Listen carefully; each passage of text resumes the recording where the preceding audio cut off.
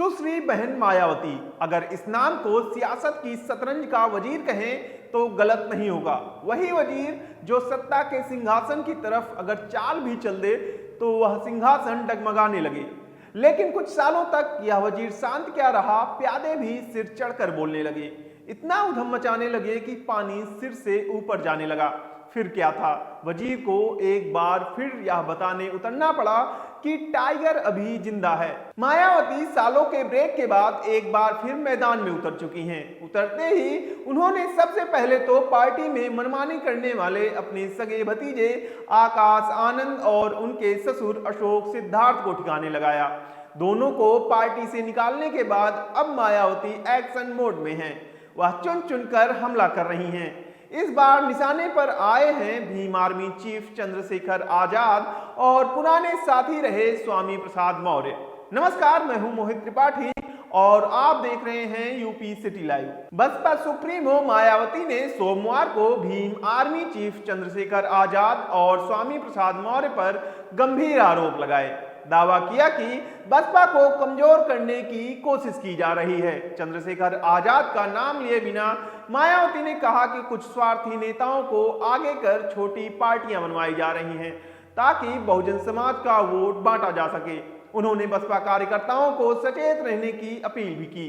मायावती ने कहा कि सत्ता और विपक्ष में रहने वाले पार्टियां बसपा को कमजोर करने की कोशिश कर रही हैं। बाबा साहेब अंबेडकर को भी ऐसी ही कोशिशों का सामना करना पड़ा था, लेकिन बाबा साहब और कांसीराम ने उन्हें कभी सफल नहीं होने दिया। मायावती ने कहा कि मैं वादा करती हूं कि किसी भी कीमत पर बसपा को कमजोर नहीं होने दूंगी। 2007 में पूर्ण बहुमत की सरकार बनाने का जिक्र करते हुए मायावती ने कहा कि बहुजन समाज अब पूरी तरह उनके साथ खड़ा है। मायावती ने कहा कि जब तक बसपा की सरकार नहीं बनी थी तब तक दलित समाज के लोग उच्च जातियों के सामने चारपाई पर भी नहीं बैठ सकते थे, लेकिन बसपा सरकार बनने के बाद यह सब बदल गया। अब दलित समाज सम्मान के साथ आगे बढ़ रहा है। उन्होंने कहा कि हमारे संतों और महापुरुषों का सपना काफी हद तक साकार हो गया है और इसे कोई मिटा नहीं सकता है। इस समय भतीजे आकाश आनंद और अशोक सिद्धार्थ द्वारा भी अलग पार्टी बनाए जाने की चर्चा जोरों पर चल रही है। ऐसे में मायावती ने आकाश आनंद को भी कड़ी चेतावनी दी। उन्होंने कहा कि मेरे लिए रिश्ते नाते मायने नहीं रखते हैं। मैं कभी भी अपने परिवार की वजह से बसपा को कमजोर नहीं होने दूंगी। मेरे भाई बहन सिर्फ बहुजन समाज का एक अंग हैं, इससे ज्यादा कुछ नहीं। इस दौरान मायावती ने खुद को कांसीराम का एकमात्र उत्तराधिकारी भी बताया। उन्होंने कहा कि जिस तरह से कांसीराम के अनुयायियों ने पार्टी के एकमात्र उत्तराधिकारी और पार्टी प्रमुख के प्रति अपना समर्थन दिखाया है, उससे मेरी ताकत कई गुना बढ़ गई है। सुनिए उन्होंने क्या कहा। जिसे मैं अभी तक की तरह आगे भी अपने जीते जी अपने व्यक्तिगत तथा भाई बहन व रिश्ते नातों आदि के स्वार्थ में कभी भी कमजोर नहीं पड़ने दूंगी। वैसे भी मेरे भाई बहन व अन्य रिश्ते नाते आदि मेरे लिए केवल बहुजन समाज का ही एक अंग है, उसके सिवाय कुछ भी नहीं है। इसके अलावा पार्टी व मूवमेंट के हित में बहुजन समाज के जो भी लोग अपनी पूरी ईमानदारी व निष्ठा से कार्य करते हैं तो उन्हें पार्टी में जरूर आगे बढ़ने का मौका दिया जाएगा और इस मामले में मेरे रिश्ते नाते आदि भी आड़े नहीं आएंगे। यहाँ मैं सावधानी के तौर पर ये भी बताना चाहूँगी कि पिछले कुछ वर्षों से सत्ता व विपक्ष में बैठी सभी जातिवादी सांप्रदायिक व पूंजीवादी पार्टियां बीएसपी के विरुद्ध अंदर अंदर आपस में मिलकर बहुजन समाज की एकमात्र हितैषी पार्टी बीएसपी को किस्म किस्म के हथकंडों के जरिए इसे कमज़ोर करने की पूरी कोशिश में लगी है, क्योंकि यहाँ जातिवादी पार्टियों को खासकर सन 2007 में यूपी में बीएसपी का अकेले ही पूर्ण बहुमत के आधार पर सत्ता में आना अभी तक भी उनके गले के नीचे से कतई भी नहीं उतर पा रहा है।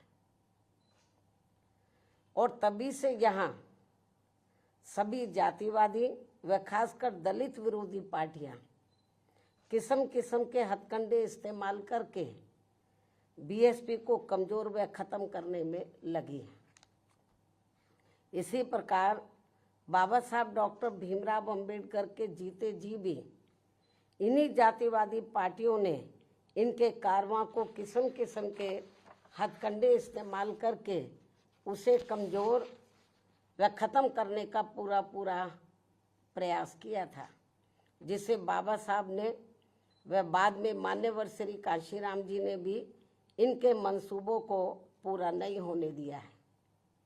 और अब मैं भी अपने बहुजन समाज के बलबूते पर इनके इस मंसूबे को किसी भी कीमत पर पूरा नहीं होने दूंगी। ये मेरा पार्टी के लोगों को वायदा है, जिसके लिए मुझे अपने बहुजन समाज का हर स्तर पर साथ मिलना भी बहुत ज़रूरी है।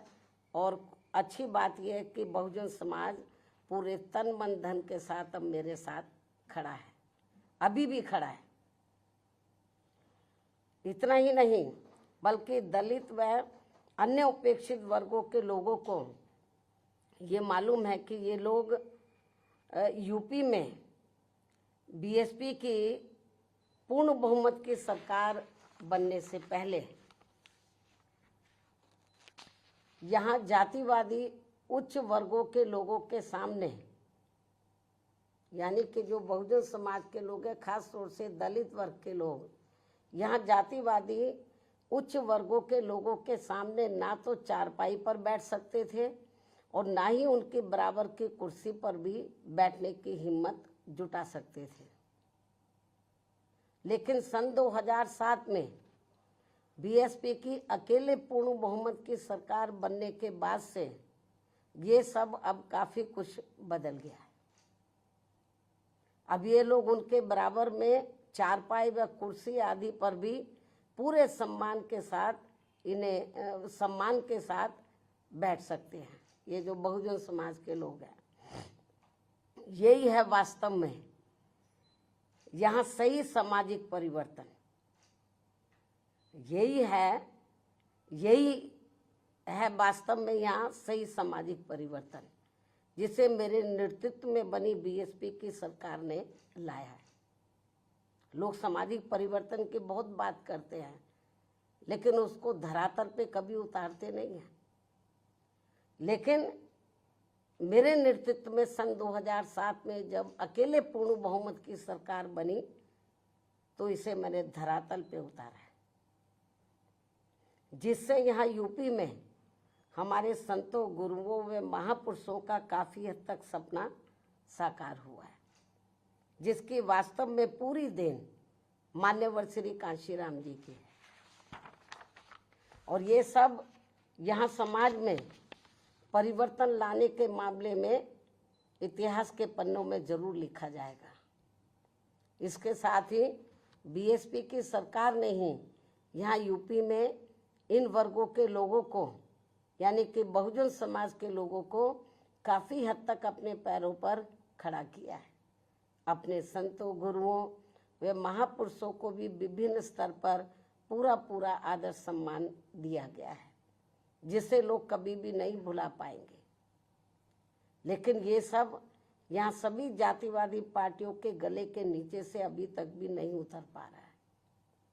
इसलिए अब वे इन वर्गों में से स्वार्थी किस्म के लोगों को आगे करके उनके जरिए विभिन्न नाम पर अनेकों छोटे छोटे संगठन व पार्टियां आदि बनवा के बीएसपी की इस ताकत को बांटकर इसे कमजोर करने में लगे, जिनसे बहुजन समाज के लोग जरूर सचेत रहें।